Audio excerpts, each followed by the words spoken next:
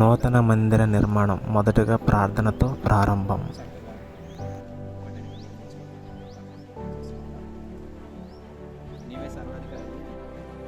ఈ మందిరాన్ని నిర్మించుకోవడానికి ఇచ్చిన కృపను బట్టి దేవునికి ఎంతగానో కృతజ్ఞతాస్తుతులు చెల్లిస్తూ ఉన్నాం.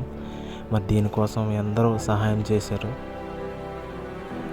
ముఖ్యంగా మీ పనుల్లోనూ ప్రతి దాంట్లోనూ మందిరాన్ని కట్టడానికి మీరు చూపించిన యొక్క పనిని బట్టి, మీరు చూపించిన యొక్క విధానాన్ని బట్టి దేవునికి లెక్కలేని స్తుతులు స్తోత్రాలు చెల్లిస్తూ ఉన్నాం.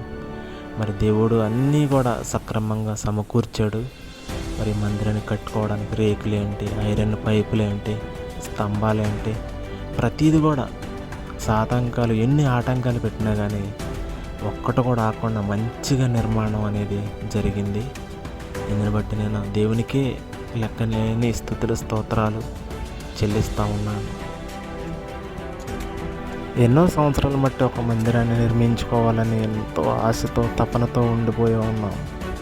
కానీ ఆ ఆశ, ఆ ప్రయాస, ఆ తపన ఇవన్నీ కూడా దేవుడు మా పట్ల చూపించాడు. ఇందుని బట్టి దేవునికే లెక్కలేని స్తుతులు స్తోత్రాలు. మరి దేవుడు యొక్క కృపను చూపించకపోతే ఈ యొక్క మందిరాన్ని కానీ కట్టుకోవడానికి కానీ ఏది కూడా జరగదని మాకు ముందుగానే తెలుసు. కానీ ఇన్ని సంవత్సరాల బట్టి ఆగుతూ ఉన్నామంటే మరి ఇప్పుడు వరకు అవకాశాన్ని ఇచ్చాడు దేవుడు. ఇందుని బట్టి దేవునికి మరీ ఒకసారి లెక్కలేని స్తుతులు స్తోత్రాలు చెల్లిస్తూ ఉన్నాను.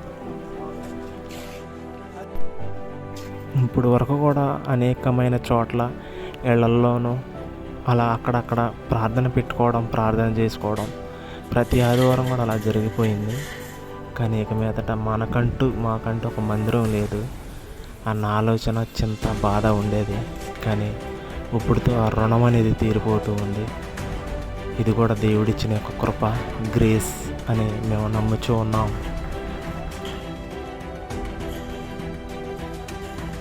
ఈ మందిరం కట్టేటప్పుడు కూడా అపవాది ఎంతగానో శోధించాడు.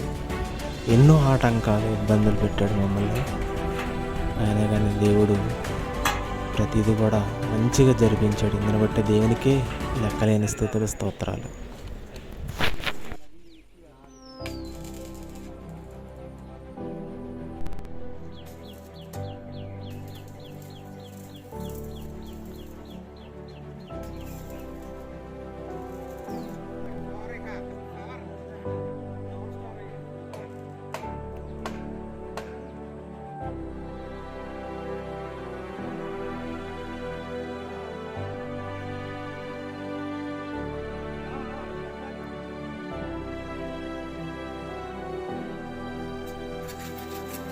ఈ పని కూడా మరి మేము దగ్గరుండి కట్టించుకున్నామండి. మరి టాపీ వాళ్ళని దగ్గర పెట్టుకొని మరి చక్కగా నీట్గా కట్టించుకున్నాం. మరి మేమే గోడలు తడుపుకోవడం, ఇసుక జారేయటం. అందరూ క్రీస్తు పేరిట శుభాభివందనాలండి. మా నూతన మందిరము రేగుల షెడ్డుతో చిన్నగా ప్రారంభించామండి.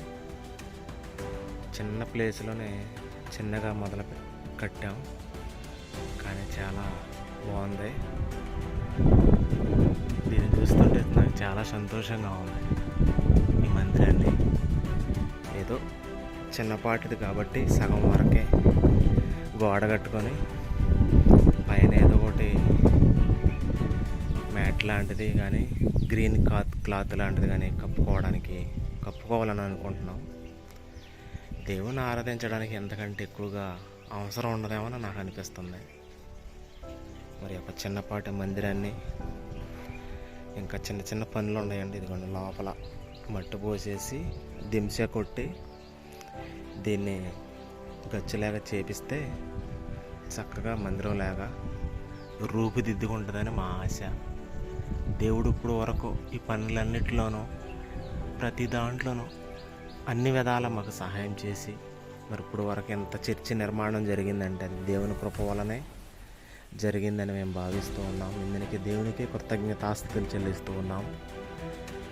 అలాగే ఇంకా ఈ పనుల్లో కూడా ముందుకు వెళ్ళడానికి ఆయన కృప మా మీద ఉండాలని మీ యొక్క ప్రార్థన విన్నపాన్ని ప్రార్థించవలసిందిగా ప్రేమపూర్వకంగా మనవి చేస్తూ ఉన్నాం.